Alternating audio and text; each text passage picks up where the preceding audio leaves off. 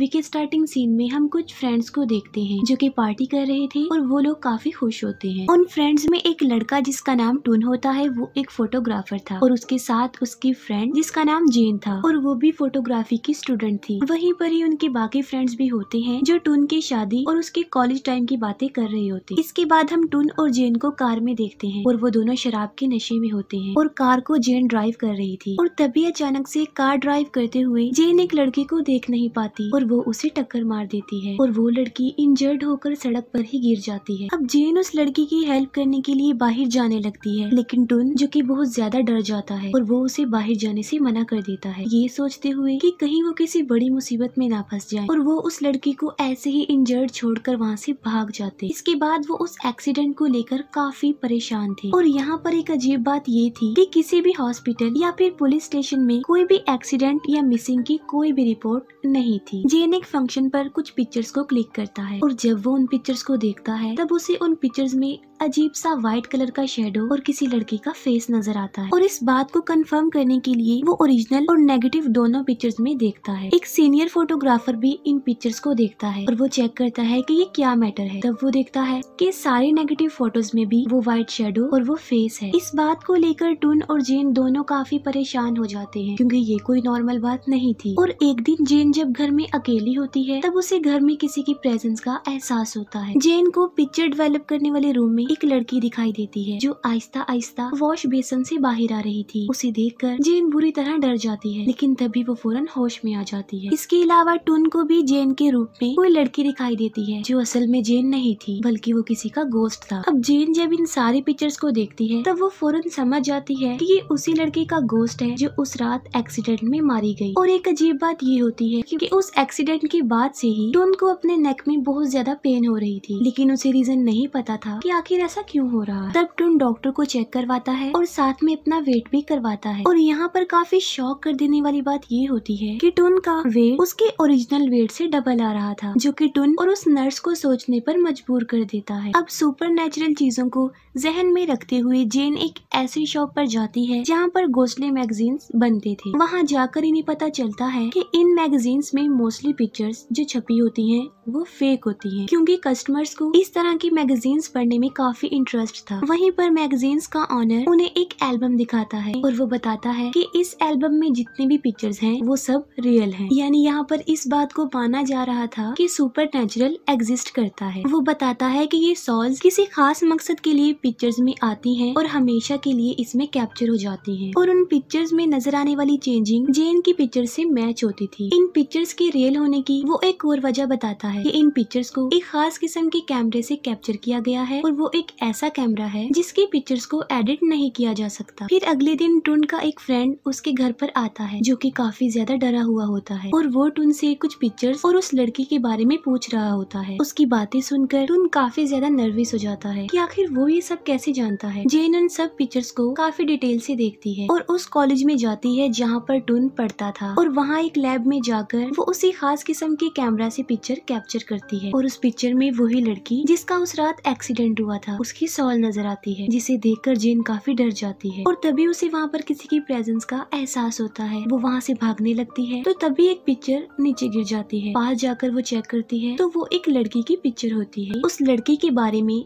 मजीद जानने के लिए वो कॉलेज ग्रुप फोटोज चेक करती है। उन पिक्चर्स में उसे एक ऐसी पिक्चर मिलती है जिसमें टुन उस लड़की के साथ खड़ा हुआ था। उस पिक्चर को जेन अपने पास रख लेती है। जेन टुन को वो पिक्चर दिखाते हुए इस बारे में पूछती है और यहाँ पर टुन जेन को सारी बात बता देता है। टुन बताता है कि उस लड़की का नाम नेट्रे था और वो उसकी क्लास फेलो थी और एक दूसरे के साथ रहकर वो दोनों एक दूसरे को काफी लाइक करने लगे थे। लेकिन एक दिन टुन ने अचानक ही रिलेशनशिप खत्म करने के लिए कह दिया, जिस पर वो काफी दुखी हो गई। उसने अपनी वेन काट ली और टुन को धमकी लगाई कि वो सुसाइड कर लेगी अगर उसने उसे छोड़ा तो। टुन ये भी बताता है कि उसने ये सारी बातें अपने फ्रेंड से भी शेयर की थी और उसके फ्रेंड्स ने उसे कहा था कि हम तुमसे प्रॉमिस करते हैं नेट्रे ऐसा कुछ नहीं करेगी और वो उससे इस बात का बदला लेंगे। और बस उसी दिन से नेट्रे कॉलेज में नजर नहीं आई और ना ही उसका कोई अता पता था और इसके बारे में टुन भी कुछ नहीं जानता था। जेन टुन से पूछती है कि आखिर इस बात के पीछे ऐसी कौन सी बात है कि नेट्रे का गोश्त गोस्ट उसे परेशान कर रहा है और उसके पीछे पड़ गया है। टुन अपने एक फ्रेंड के घर में जाता है और उसके घर का हाल काफी खराब था और अचानक से वो अपने उसी फ्रेंड को नोटिस करता है जो कि सुसाइड कर रहा था और देखते ही देखते वो बिल्डिंग से कूदकर सुसाइड कर लेता है। अब उसी फ्रेंड की वाइफ टुन और जेन से मिलती है और वो टुन से पूछती है कि आखिर तुम फ्रेंड्स के साथ ऐसा क्या हुआ है या तुमने ऐसा क्या कर दिया जो सबके सब बिल्डिंग से कूदकर सुसाइड कर रहे हैं। यानी मतलब साफ था। और वो भी बताती है कि टुन के सारे फ्रेंड्स ने एक एक करके बिल्डिंग से कूदकर सुसाइड कर ली है। ये सुनकर टुन बहुत ज्यादा डर जाता है और वो ये सोचने पर मजबूर हो जाता है कि शायद अगला नंबर उसी का है। टुन और जेन नेट्री के घर पर जाते हैं और वहाँ वो उसकी मदर से मिलते हैं और उन दोनों को नेट्री के रूम में उसके बेड पर नेट्री का स्केलेटन मिलता है। यानी नेट्री की मदर ने अभी तक उसका फ्यूनरल नहीं किया था और उसकी मदर ने ऐसा क्यों नहीं किया पूछने पर वो बताती है कि उसे अभी भी ऐसे फील होता है कि जैसे उसकी बेटी नेट्री अभी घर में ही है। नेट्री की मदर उन्हें बताती है कि उसने बिल्डिंग से कूदकर सुसाइड कर ली थी। अब यहाँ पर टुन के फ्रेंड्स की सुसाइड का तरीका और नेट्री के सुसाइड का तरीका सेम था। यानी किसी न किसी तरह ये बात आपस में कनेक्टेड थी। उसकी मदर ये भी बताती है कि उन्होंने अभी तक अपनी बेटी का फ्यूनरल इसीलिए नहीं किया क्योंकि वो नहीं चाहती थी अपनी बेटी को खुद से दूर कर, क्योंकि उसने सुसाइड जो किया था। वो दोनों नेट्री की मदर को काफी समझाते हैं और काफी इंसिस्ट करने पर फाइनली वो मान जाती है और उसका फ्यूनरल कर दिया जाता है। और जेन समझती है कि शायद अब सब कुछ नॉर्मल हो जाएगा। जब टुन और जेन दोनों सो रहे होते हैं तब टुन को कुछ अजीब फील होता है और उसकी आंख खुल जाती है और वो अपने बेड के पास नेट्री के गोस्ट को देखता है और काफी डर जाता है और वो रूम से बाहर आकर सीढ़ियों के जरिए नीचे जाने की कोशिश करता है। लेकिन यहाँ पर ऐसा फील हो रहा था कि वो बार बार भागकर एक ही जगह पर आ रहा है, यानी वो एक ही फ्लोर पर है। और वहीं पर उसे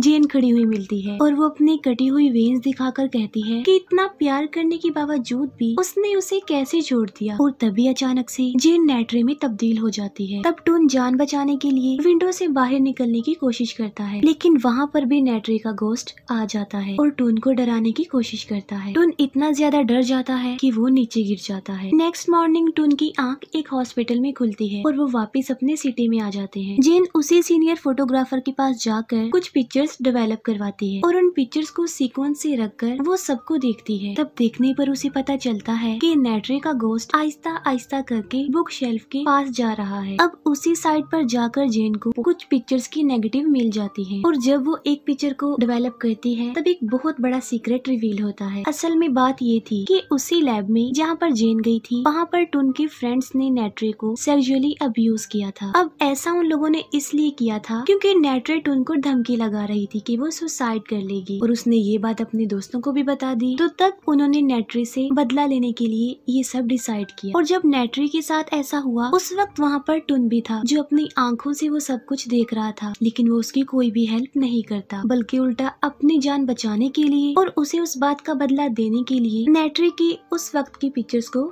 क्लिक किया और जो नेगेटिव जेन के हाथ लग गई थी वो इन्हीं पिक्चर्स की थी। अब हमें जो टुन का फ्रेंड दिखाया गया था जो उससे लड़की और पिक्चर्स के बारे में पूछ रहा था वो यही सब था। अब उस दिन के बाद से तो नेट्री ने सुसाइड कर लिया था, लेकिन वो अपना बदला लेने के लिए टुन के बाकी फ्रेंड्स के पीछे पड़ गई थी और नेट्री के डर से ही टुन के सारे फ्रेंड्स ने एक एक करके सुसाइड कर लिया। जेन काफी गुस्से में होती है और वो टुन से मजीद इस बारे में पूछती है और तब वो अपने इस गुनाह को कबूल करता है। वो कहता है कि उसने बहुत गलत किया और उसने आज तक अपनी इस गलती पर खुद को माफ नहीं किया और उसे इस बात का पछतावा भी है। लेकिन जेन उसकी कोई बात नहीं सुनती और उसे छोड़कर वहाँ से चली जाती है। टुन जो कि नेट्री की गोस्ट की वजह से अभी भी काफी डरा हुआ था और उसे लगता था कि वो अभी भी उसके आसपास ही है और ये सोचते हुए वो उसी कैमरा से सारे घर की पिक्चर्स क्लिक करता है और वो ये चेक करना चाहता था कि नेट्री इस वक्त कहाँ पर, लेकिन कैप्चर की गई किसी भी पिक्चर में उसे नेट्री नजर नहीं आती। तो वो गुस्से में अपना कैमरा फेंक देता है और तब एक पिक्चर कैप्चर हो जाती है और पिक्चर में देखता है तो वो काफी शॉक्ड हो जाता है। असल में नेट्री उसके कंधों पर ही बैठी हुई थी और गुस्से में आकर नेट्री टुन की आंखों पर हाथ रखकर उसकी आंखें बंद कर देती है। अब टुन को कुछ नजर नहीं आता तो वो इधर उधर चलते हुए बिल्डिंग से नीचे गिर जाता है। इसके बाद हम एक हॉस्पिटल में टुन को देखते हैं जो कि काफी इंजर्ड था और उसे बहुत ज्यादा बैंडेजेस लगी हुई थी और वो काफी सहमा हुआ था और उससे मिलने के लिए जेन वहाँ पर आती है और उसकी ऐसी हालत देखकर वो रोने लगती है और उससे मिलने के लिए वो अंदर आती है और ग्लास डोर के रिफ्लेक्शन में हमें नेट्री का गोस्ट फिर से नजर आता है जो अभी भी टुन के शोल्डर्स पर बैठा हुआ था और यहीं पर ये मूवी एंड हो जाती है।